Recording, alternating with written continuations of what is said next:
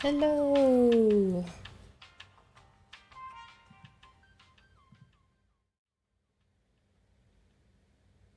Okay, let's do a quick check, make sure everything's working. All right, I think I'm seeing all the microphone stuff working. Pull this a little closer for y'all. Yeah. All right, happy Friday. Welcome to our Q&A on Friday. Well, it might be moving to another day. We'll see. Now that we're on a summer schedule, Tuesday through Thursday might work better for me. I might make a poll that I'll put in the community tab of this channel that will I'll propose a couple times, and then if y'all have a preference on when we do this live stream, just select which one, or put in a comment if there's another time, maybe I can make that one work too. So if people are able to hit it live, it works for me whenever y'all want to do it. So now we have a follow-up question from last week. So last week we ended with a question that I needed a little more detail on before I could really dig into a little more, because it just wasn't making sense on the surface. Now I have a little more detail. I didn't fully dig into it yet, so I'm not just gonna explain the answer, but I have it pulled up on my computer as to how I'm gonna work through it, and I have a feeling of what's going on now, so I have a little better sense of what's happening. And my lips are so dry, so one sec, or else I know someone watching this who will be like, your lips are dry, and you know who you are. There, oh, better. This stuff is amazing, by the way. I really like this stuff. It's a Laneige. I don't know. I go down the rabbit hole of everything I do, and so I watched a 40-minute video on the best lip balm, and they were right. They were right. Okay. So we'll go ahead and switch to desktop. Okay. I'm still playing around a little bit with my I will be playing around with the layout forever, because that's just what I do. Okay, so we have, let me pull open the original question. Not this one, not this one, this one. So remember this from last week, where the question was that there was some weird pooling. The operator wanted the owner to ratify and pool their interest into a different interest, into a different area. And they were trying to figure out why they would want to do that. And if that not everyone had to pool, and only certain people, it wasn't really making sense to me how it was being presented, just because these things are complex. So that's why I wanted a little more information on and be able to see the exact wells. So this was the example that they sent. Afterwards, they sent some additional information that helped me identify where it was on a map. So on a map, it's roughly this area here. Let me make this a little bigger. I'll go ahead and I'll magnify the text here. So to get our bearings, we are in, man, sorry, I think I might be hearing some static, so sorry if there's some static coming through. Let me turn off the wells. It's not as, so just, I know that someone's going to ask, this is my my personal, so our website, Pecan Estimate, is our front facing, our client facing, and anyone can log in and make an account and put their stuff in there and get the Pecan Estimate on their properties. We utilize that internally for appraisals, for consulting, for building out our model, for everything we do. We're also utilizing the same information, so it's a constantly feeding and improving process. So I just have it pulled in on the back end where I can just use QGIS for viewing, and that way I can add, subtract, and change layers and do everything I need to do.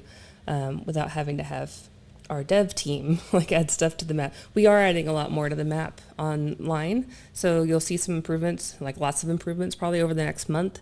It's part of our Become portfolio rollout that we're doing, and so that will be like, it's already, I'm really happy with our map. I think it's real snazzy compared to a lot of other mapping options out there, especially like free mapping, but it'll be getting even better. But this just gives me a lot of flexibility, so that's why I'm here. So we are in the panhandle-ish area of Texas. So we are it's up in Hockley County. And so Brittany was the user who asked the question, which is why it's labeled Brittany. This is not the exact tract of this Brittany user. This is just me circling something on the map that was approximately the area, just so I could like point to it. And then the lease status and royalty and all that stuff is just the default placeholders also. Okay, so my camera is super bright. That's okay. Okay, won't mess with it. Yeah, I am hearing static. Okay. Well, hopefully it's not too bad. I can move the cable. Maybe it's touching some electronics. All these cables, like as soon as the microphone touches another electronic thing, it starts to get staticky. And I got a lot of gadgets here. Okay. So if I zoom in some more, I'll turn on the wells and let me turn off the label.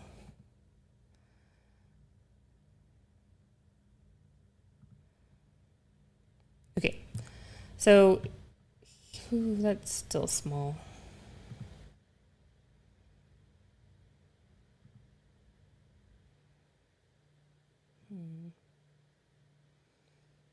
Okay, well, I could do this thing so y'all can see. Okay, so we have these Iceman wells and we have the Viper wells and all of these. So the dates, so there's a 2024, 2025. That is the year it was drilled and the last production date on record in public production. So that's how I have this set up. Hi, Mary. So I will get to, let me finish this question and then I will, I'll hit live questions. And then I have one more question that was emailed in that's the plan for today. Just giving a quick overview of what we're doing. So we're wrapping up the question from last week. I'll hit any live questions, and then in between live questions or when live questions are over, I will hit the one that was emailed in, which is regarding pooling in Montana. So, okay. Mary, this should take probably 10 minutes, 5 minutes to hit the last bit of this in case you're curious on timing. Okay, so this is, yeah. So we have our Iceman wells, and what I was showing is you can, that's how I have it set up, is where I have the well name, and then I have like when it was drilled, what the status is of the well, what the well number is. So Viper would be the lease name is what they call it, and then the number 2 is the well number. So in case you see lease name and well number and curious what the difference is, most often people refer to wells with the lease name concatenated with the well number. So like the Viper 2. So, and lease name is not the same as the lease. If you're a mineral owner, like taking a lease, it's the overall like lease name, like all the leases they had to combine together to drill that well. Okay, so then we also have this Iceman, which is 2023. It was completed. So this is showing me that these are very new wells. Some of them are still in progress. Because this is public production, some of these might be already, completed online, but from the question, it becomes apparent what's happening when we look into the question a little more. So if I pull open the permit on this one, so I'm here on the Railroad Commission, and we're looking at and in case you're curious how I got to that, we have the Railroad Commission GIS, which is their public mapping, and they have, so if you identify results and like get this little window to pop up, then if you hover over, you'll just get this. But if you click like this little I button and click wells and then click on it, you'll get this identify results. So, and then I just click on drilling permits. So if I need to zoom in a little, so drilling permits here, and the I button was up here. It's hard to do this. Identify wells. Oh, you can't even see it up there. Okay, let me just pull that down a little. There you go. Okay, identify wells. It's up here. Yeah, right there. Okay, so then I just click drill permits. If it's an older well, you might need to, there might not be anything that shows up if you click drill permits here. And gosh, I just keep messing with everything, don't I? Okay. If there's nothing under drill permits, you can scroll down, and usually there's if the older the well, and if the well has produced, there's usually another link down here that says the scanned imaged files. And so you can go to the imaged files that were recorded for that well, and that's where you'll see the if it was really old, that's where they scan the microfilm records, or they're making the microfilm available online, because microfilm is basically scanned papers. So that's where you can get to all the old records and documents and stuff, usually for something before 2010. But since this is new stuff, it should be all here. And I go to drilling permits, and that pulls up this window here. And so this will show usually like the last 20 years I'll see drill permits. Now, the older it is, the less information there is. But if you click on lease name, just the latest lease name here, that will get you to, so the bottom-most record on that is usually the most recent permit. So that's usually the one that you want to click. You can,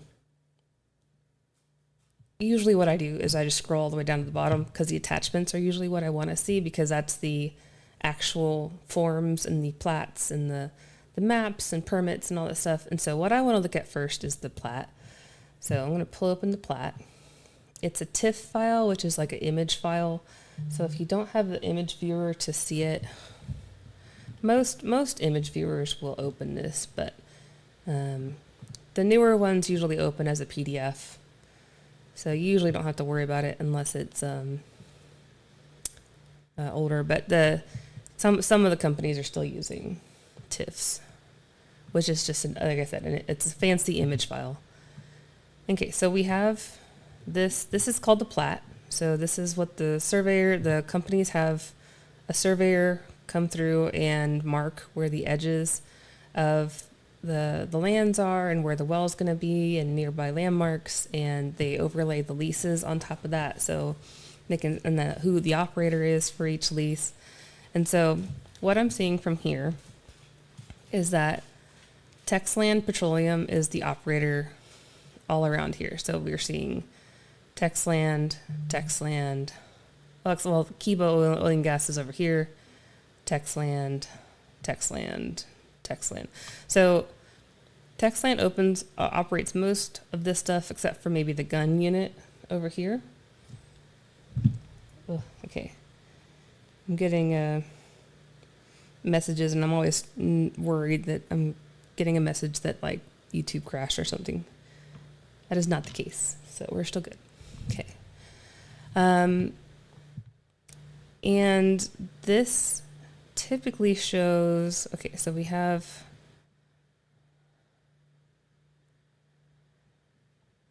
the well here, and then they'll also show the distance to other nearby wells. So we have about 910 feet between the Iceman 3 and the Iceman 2. And then it shows how close they are to the lease lines is important, because the Railroad Commission controls how close they can get to that. And then it'll also usually say how big the lease is. So this is a 177 acre lease, which is the Iceman lease. And the reason I'm going into this is because request was, so I have images. They kind of ended up blurry, but I'll read it for anyone who isn't able to read it.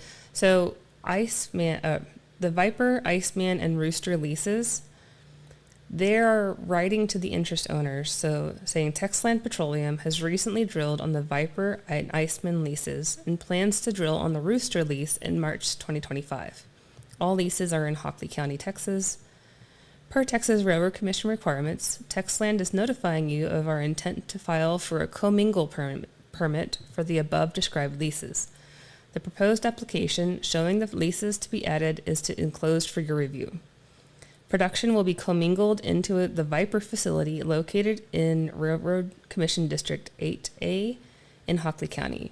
Production allocation will be based on a well test, which is a reasonable method that is in accordance with Railroad Commission's statewide rule. Subsurface commingling is a viable means of extending the economic life of oil and gas producing properties. In addition, surface commingling allows Texland to operate these leases more efficiently and reduce environmental impact. Okay, so that told me a lot of stuff that wasn't making sense last time as to what they were talking about. So it's like a pooling, but it's not a land pooling. It's a commingling of the reservoirs, which essentially pools the reservoirs. Now, you are still typically allocated based on the wells you have interest in. However, this isn't moving interest around. It's like bringing together the production into a single production facility. So, if I turn on okay, so they're saying they're using the Viper facility. So if I turn on this, so this doesn't have the most, so the Viper wells look like they're too recent to have, unless the Viper facility is like one of these things up here. I don't think the Viper facility is on here. But for example, this is the Reed gun facility. You can see like the well, and then there's usually like tanks nearby.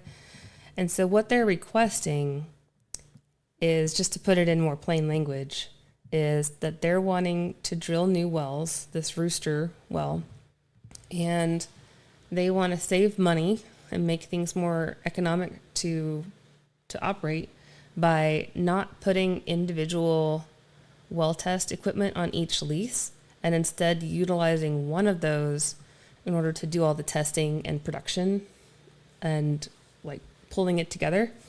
So there'd be one set of tanks, or essentially one set of tanks, where there'd be like a test tank and a production tank.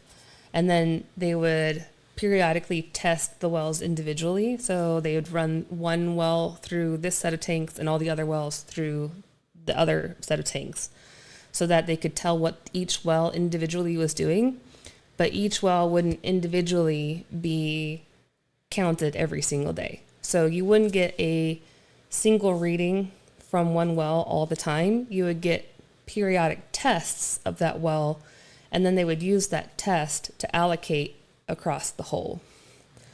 So, So what they're requesting is the ability to do that. And I believe that is the foundation of what the question is. Because if the lease doesn't allow pooling, it doesn't allow pooling. You have to, if they want us to ratify and pool the interest into their area, that can make commingling easier. So say that there was a concern about the ability to measure what was being commingled. If you pooled it all together and said, okay, well, whatever gets produced out of my land, you get 50% of, and whatever gets produced out of your land, I get 50% of, and then we'll call it even. Then if all the wells are producing to the same tank, it doesn't matter because everybody gets their share of everything, as opposed to having to figure out who gets what. So that could be a reason they're doing that.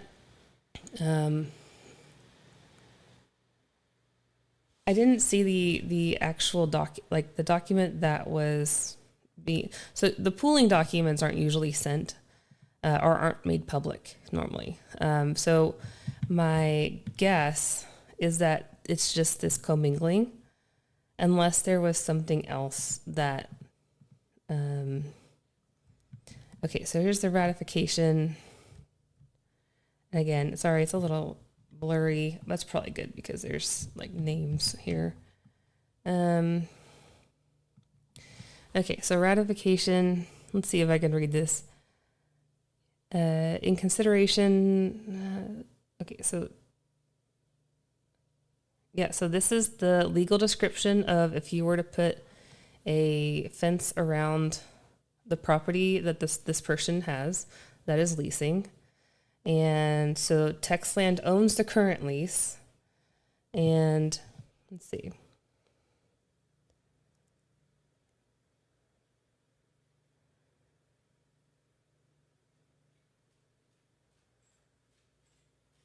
Here do ratify, adopt, and confirm the lessee and all of their provisions, including the pooling provision.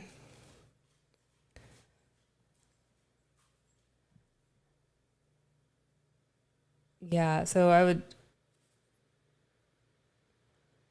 So they might be, and again, I'd want to be able to.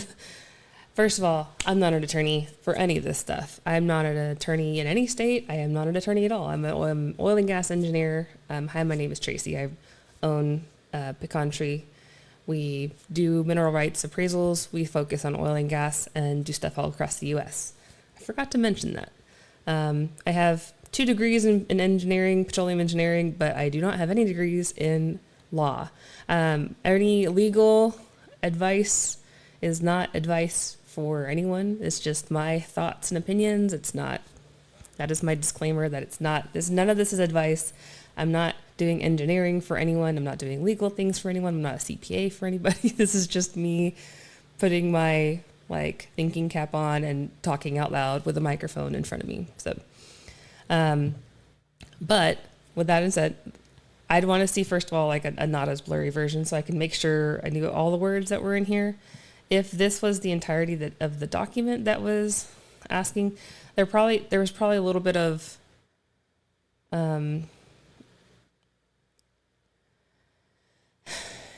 yeah, I'd want to see.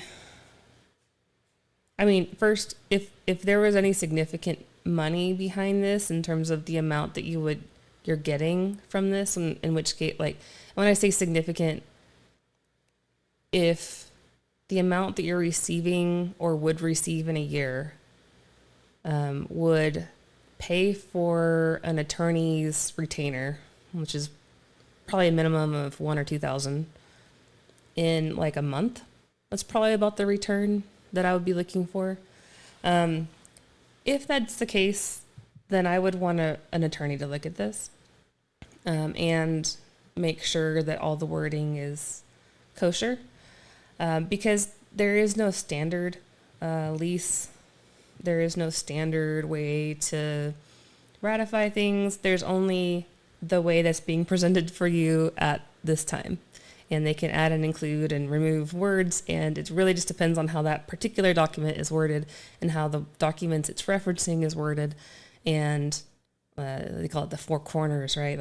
Everything all included you have to consider. So you can't take just one line and interpret it from there, but my guess would be that they're trying to clarify what they're allowed to do with pooling, or add the ability to pool in case they need to, maybe in case they have trouble with the commingling, maybe in case they have trouble with the well testing, that they have the option to pool just in case. I don't know for sure. But stepping back and looking at it from a like higher level, like, is this good or bad, right? Let's look at it from that angle. Typically, when you're looking at, so this type of area, there is a good amount of wells. This is not like a dead area, but this isn't the highest value area in terms of the like dollar per acre. If I were to put dollar per acre on here, let's see, what are my styles? What do we set? Yeah, so we're kind of looking at a medium to low dollar per acre. And I even have the, so we have our pecan estimate, and I did build these out in pecan estimate. We have pecan insights, and we're still QCing it and adding and removing things, but I'm curious what it shows for this area. Okay, so maybe it didn't. Okay, so it didn't, oh, I didn't put interest type. Okay, let me switch the interest type. Okay. Well, whenever I try to show off a feature, that's when it doesn't work, but it's fine. I was going to show what our pecan insights was looking at for this one, but when I look at this one just by itself, I'm seeing, about, really depends on if there's a well there or not, on what the value is per acre. I'm looking at like the, probably an average of $500 an acre in this area. So it's not nothing. Like if you owned 100 acres, that's a good chunk. If this were to damage it in a way that it removed 50% of the value, that would be a good chunk of money. And so that's what, really look at it on your individual basis. But if you own 1 acre in this area, that would be the entirety of the retainer, just to have the attorney look at it, right? So that's what I'm saying, like, look at it with like full, acknowledgement of how impactful this could be, and see if it's worth it from that standpoint. But I don't think they're trying to pool for any reason other than that. Usually the other reasons that they would pool a bigger area would be if they're wanting to drill multiple wells and not have to have a bunch of units, or if the wells are all going to communicate together, or if they're water flooding, or if they're drilling a gas well that needs 640 acres of drainage. A lot of the more modern horizontals need 640 plus acres. Like old vertical oil wells could drain 40 acres, which in terms of size, because most people don't have that same feel for what an acre is as I do, I guess. That is gonna crash QGIS. Meh. Don't crash.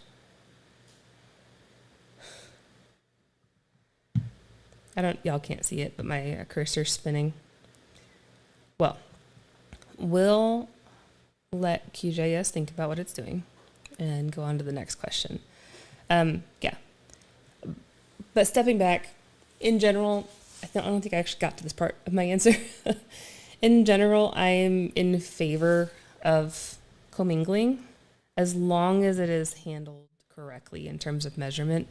Commingling, sometimes they try to get away with doing things not quite the best way. Y'all can see the top of my monitor right there, huh? Okay. As long as they're commingling it in a way where they're going to properly test and allocate the production, then I think it's good, because it will extend the life of the well, which extends the royalties for the owners and extends the drainage from the reservoirs. Like, it's a win-win. I've seen things recently where they're trying to get away with allocating based on non-well tests. Like, it's what was it? It was quarterly quarterly or annual well test based on like public. It was using some type of public system of allocating production rather than their own numbers. And that didn't make any sense at all. The operators, the people who are doing this, they know what the wells are making and they should be allocating the production, and they should be telling their accounting group how to allocate that production and who to give the money to. It shouldn't be coming like back around from like some taxing or whatever random way they're trying to get like yeah, as long as it's done right, as long as it's in a reliable format, commingling I think is good. So we'll just leave it there and we'll go on to the next question. Right. So Mary, we have, hello Tracy, what is the difference between NEMI and NPRI? We texted you weeks ago before division orders came from Antero for our great-grandmother's well in West Virginia. We didn't know we had both. So I believe NEMI is non-executive, like you don't have executive rights, which non-participating royalty interest. Yeah, I believe NEMI means that you are not the final say. Like you're not the one who gets to determine who to lease with, but you get all the benefits of the person, of someone who is leasing. So you get lease bonuses and any payments that would be due to the lessor. While a non-participating royalty interest owner only gets the royalties. They also don't participate in the leasing. They don't get to execute agreements, but they also don't get the lease bonuses. I believe that is, let me verify this. I got a license to Rowland.ai that I've been playing with, and that is a land. It's like ChatGPT, but land. So I'm curious what Rowland says. And since we're on live stream, let's go ahead and check. Yeah, the statics almost driving me nuts, but I'm a little OCD about that. So hopefully it's not driving y'all nuts.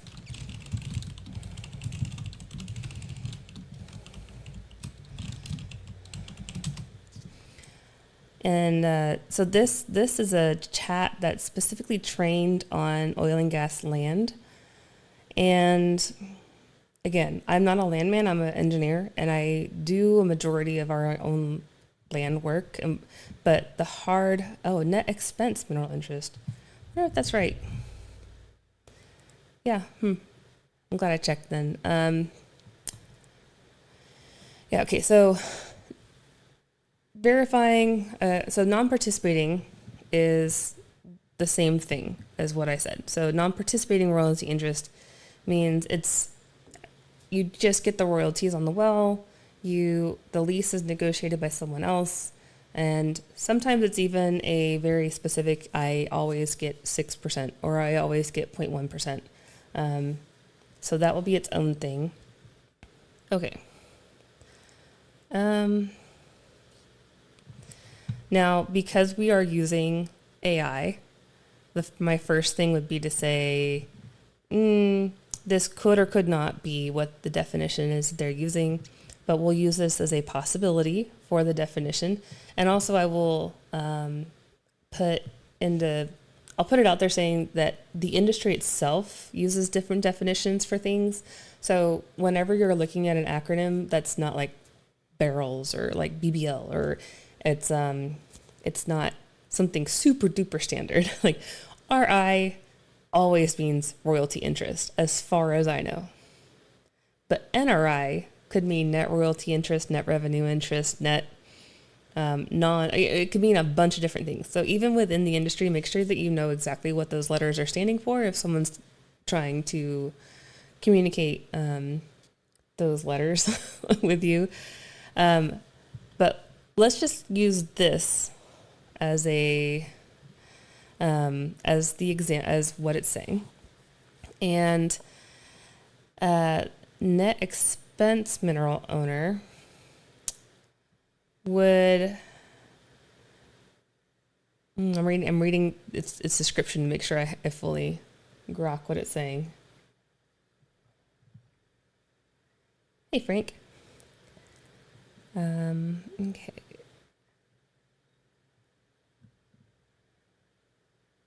Yes, so cost responsibility. This shows that the NPRI holder bears no cost of production, while the NEMI holder bears some expenses related to production.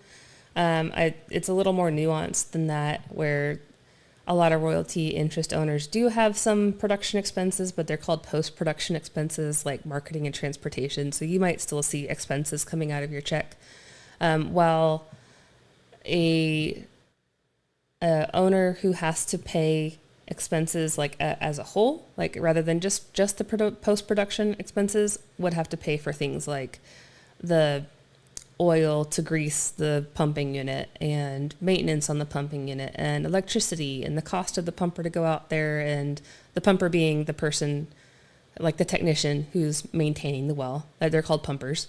The cost of that person to go check on the well, and the cost of, people going out there to spray for weeds, so that you don't get a bunch of growth around the well.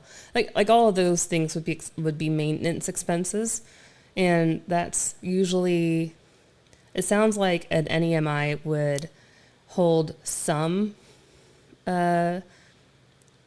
responsibility to those expenses, but because it says expenses, it wouldn't be related to the capital involved in drilling the well. So it's like a blend between a mineral interest and a cost-free mineral interest versus a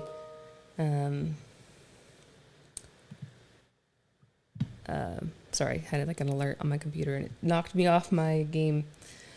Yeah, so I think that's the main difference. And really what you'd have to do is go find the deed that defined exactly what you were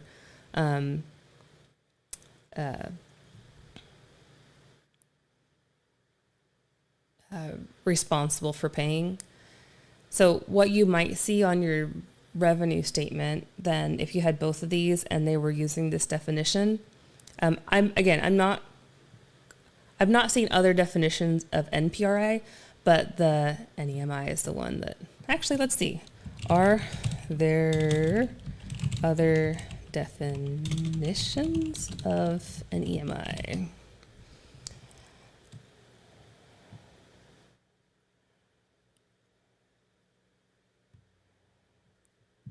Some landman's probably watching this going like, duh, Tracy, there's just one.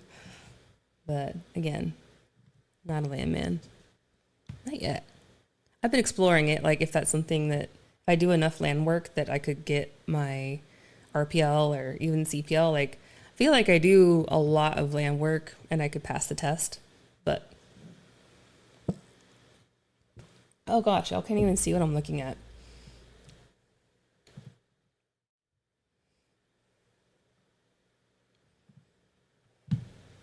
Sorry.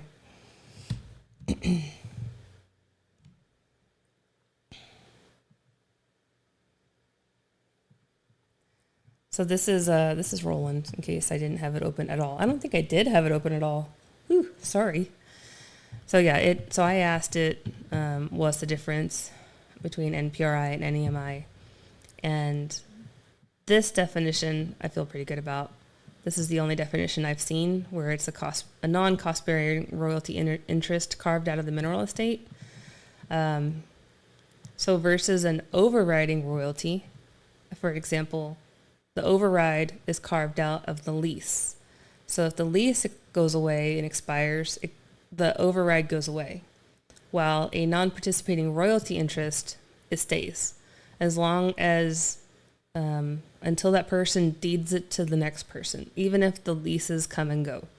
So NPRIs are worth more than an override of the same amount for that reason.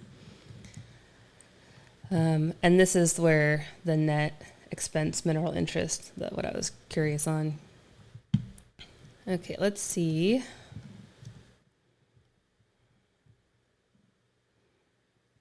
So then I asked it if there were other definitions. Yeah, are there other definitions of NEMI? After concluding, I can provide you with a comprehensive explanation of the differences between NPRI and NEMI. Okay, so it's not letting me know of other definitions. But it's also saying I did not find a formal definition of NEMI in the available documents. This suggests that NEMI may be a less common, regionally specific term in the oil and gas industry, a newer concept that hasn't been widely documented, or possibly a term used in specific contracts. However, it most likely refers to this. Yeah, so what we just talked about. Decision-making authority, so that was one where it looks like it's, if that is the definition, you would have to check to see if you have the right to negotiate any future leases that might happen on the property, or if you're, if someone else has the executive rights to make that decision.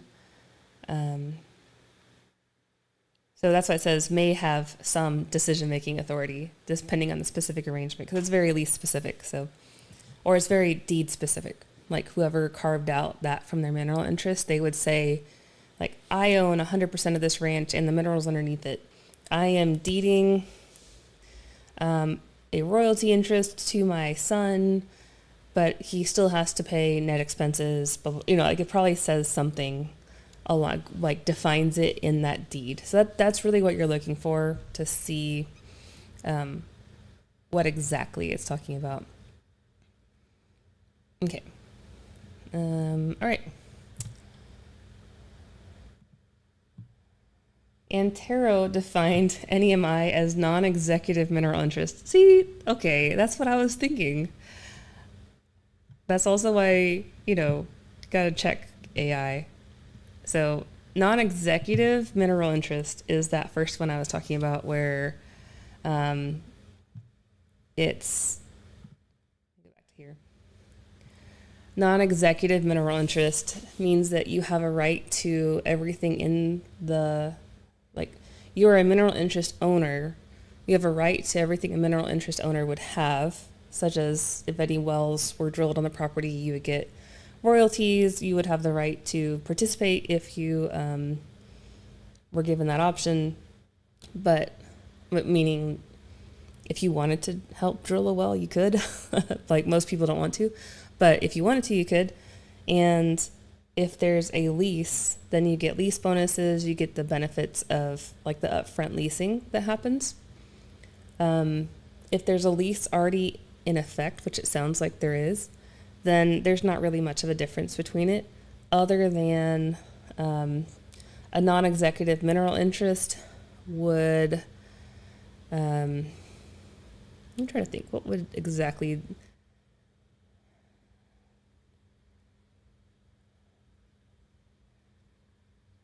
like structurally, you'd probably see the same numbers for both of them, unless the non-participating, or unless the NPRI was a specific amount that had its own terms, saying that I'm getting I'm deeding a NPRI of 1/8 to Mrs. Smith, and then the non-executive mineral interest would follow exactly what the lease says, regardless of how it was written. So if the royalty interest said it was 1/8 of 1/8, but the mineral interest one said it was 1/8 of whatever it's leased at, and it was leased at 20% instead of 1/8, so that'd be a fifth instead of an eighth, then you would get two different numbers, two different amounts, even if it was the same percentage of interest from both. So they can be worded different ways. Neither one should have to pay expenses other than any post-production costs that might be in the lease, and that's lease specific. So the lease would have to define if there's not any post-production costs, but that should be the same between the two. Again, unless it says that this NPRI doesn't have to pay post-production costs. Like you can word it however you want to. And I know I'm not being very helpful at this point, but functionally it should feel the same for you at this point. On anything getting paid, it should roughly pay out the same. The non-executive mineral interest probably is worth slightly more than a NPRI if you were to sell them on the market. But if it's already leased, it won't be noticeable how much one is worth more than the other. And again, unless like one is written significantly different than the other. And then the if it's unleased or if there's the thing I would look for is if there exists that in that producing land, that same thing might exist in other lands that aren't leased. And if it's an unleased area, then you would get a lease bonus. You still couldn't negotiate leases because it's non-executive. You're kind of like the child in the equation, like someone else is the parent who needs to make all the decisions, but you would reap the benefits of that other person making the decision. But in that case, you would reap the benefits of that other lease being negotiated, while the NPRI would just see the royalties eventually when the well was drilled. So I guess that'd be a functional difference between the two, and the thing to look at to see if there's other lands associated with it. So, okay, we'll hit this last one. So Frank, hello. Former Pioneer CEO Scott Sheffield said his past company would be running out of Tier 1 inventory by 2028 and Tier 2 by 2032. So mostly Tier 3 in 6 years for the best of the Permian. So you're asking if I agree with this.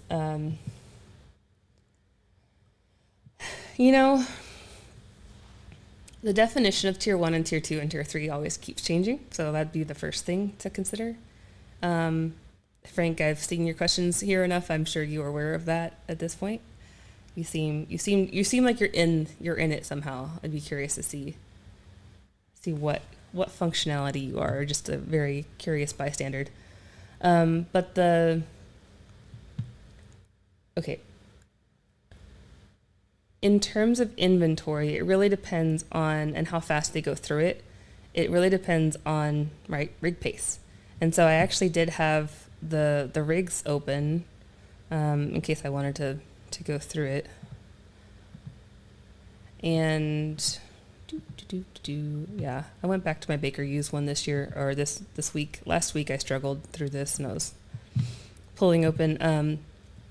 So first, if there's less rigs drilling the same quality of well, we'll just start there, then those numbers will slow down and life will be extended. The other thing is Tier 1 versus Tier 2 versus Tier 3 is highly, highly dependent on commodity prices. So, y'all can't see what I'm looking at again. Gosh, I need to get better at this. I will at some point. Here we go. Okay.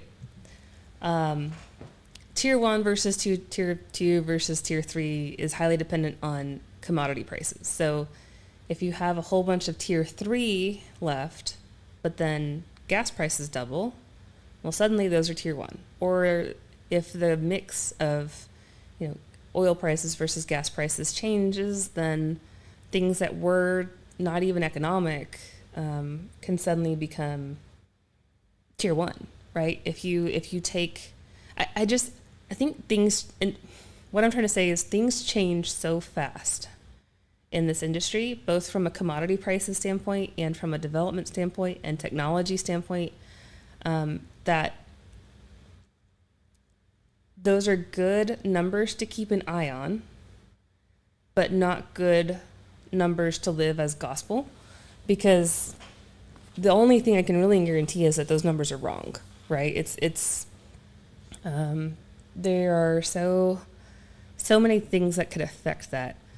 For example, so we're looking at 278 rigs running in the Permian this week.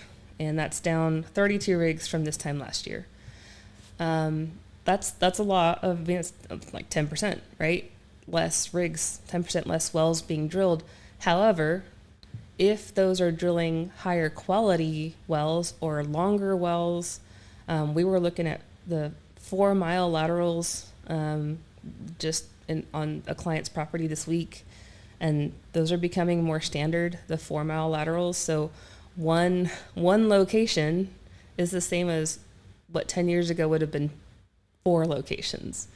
So saying that even just taking, let's say that everything else was the same, and someone were to tell you, oh my gosh, we're drilling only 25% of the wells that we were drilling 10 years ago. Can you believe our inventory went down that much? When the inventory could have not changed at all, right?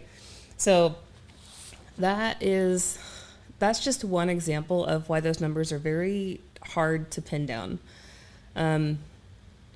Definitions of what is a location, what is inventory, is constantly changing, and it's highly dependent on the owner of the company and their methodology in reporting locations.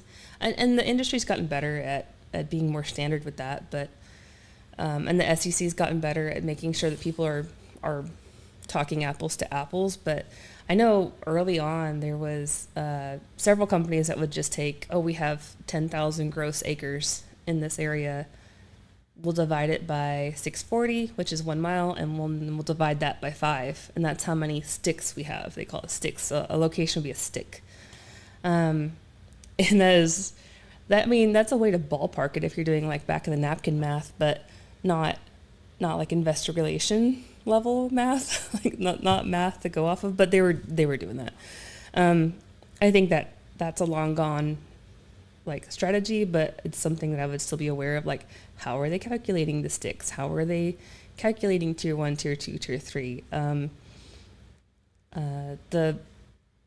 You can say that you can just make those messages be so many different things. That my first thing would be to see what motivations Sheffield had to, if there was something they were trying to swing from an investor relations standpoint that would make it look better if they did something because of tier 3 properties being the only ones drilled in 2032, right? Like maybe they're trying to get out of the Permian. There's just be aware of those things, because those messages are highly crafted, and people speaking off the cuff is very rare. And by the time it gets to that level, it's usually numbers that they're either 3 to 6 months stale, or they're so fresh that they're unchecked.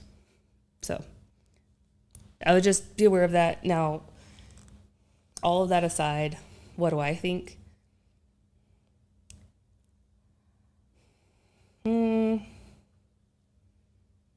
I think it is getting harder to find perfect locations in the Permian, but I think we were there probably 5 years ago, where we weren't drilling tier 1, tier 2 locations. We kind of already got to the complicated things in terms of what I'm seeing, like the acreage that's left.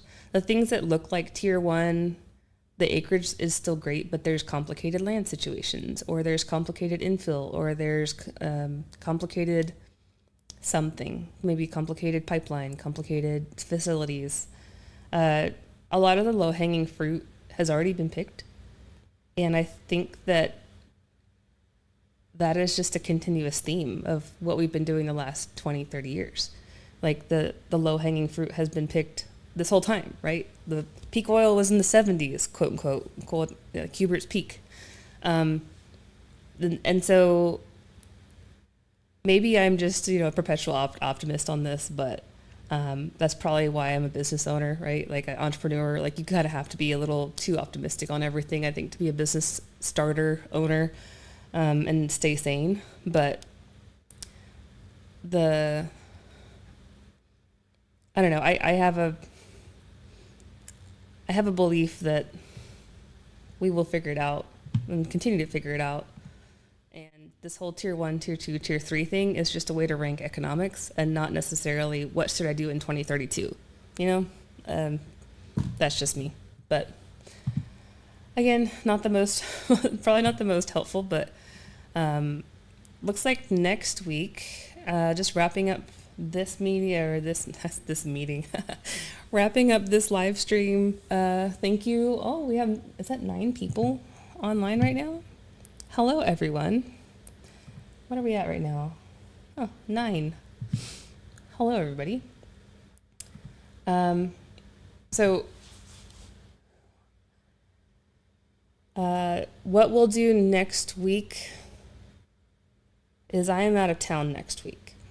Okay. Let me think through my schedule. So I'm out of town next week and the following Friday after. So if we do a live stream next week, it would be a non-Friday live stream. So I mentioned in the beginning, probably most of y'all missed it. I'm going to put a poll in the community tab. So if you're not subscribed, make sure to subscribe so you can like see when that posts and be alerted on when we do the next live stream. If you have questions, so Kelly was out today also, so it's the beginning of summer for our school districts here. So a lot of us are traveling, but go ahead and email it to kelly@pecantriog.com if you have questions that you'd like to submit for future lives. And make sure to check out pecanestimate.com. That is our platform. That is our company. There's the 6 of us here doing cool stuff. I will be at AAPL, their national meeting in Kansas City the following week. So the week of the 17th. I believe. And so no live that week either on a Friday. So we'll probably just move it to like a Tuesday or something. That's my guess, is I'll probably move a live stream to either Tuesday or Wednesday, and we'll make our office hours Tuesday or Wednesday going forward. And let's see. There's something else I was going to say. Well, I can't remember it. Oh, that's what it was. So there was one more question that was emailed in regarding land in Montana. I'll hit that one at the beginning of the next live stream and then take live questions after that. So if you want to pop in to view the answer to that question, I will preview it here as a teaser. The question is related to in Montana, there was, oh, y'all can't see it. Boop, boop, boop, boop. In 2005, my grandpa's minerals were drilled, and then a later couple more wells, all based on a lease from 1975. The current operator of the wells in lease is now White Rock. Last year, a well was drilled, utilizing a temporary spacing unit approved by Montana. Is a lateral that shared portions of 4, so 1280 spacing combined to make this new unit for the single lateral new well. I share in the wells listed on the map I included, and the map that was included was this here. So showing the lease here, and the bulk of the question is, hey, there's pooling language in my lease that says that it's only limited to 40 or 640 acres, but this unit is gigantic at 3870 acres. Like, is there an issue, or are they in trespass? The new well's doing really good. My decimal's really, really small.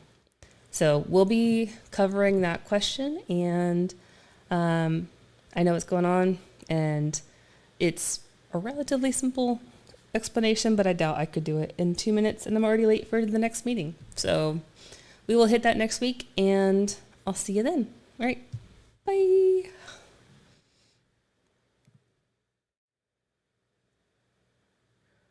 Thanks for watching.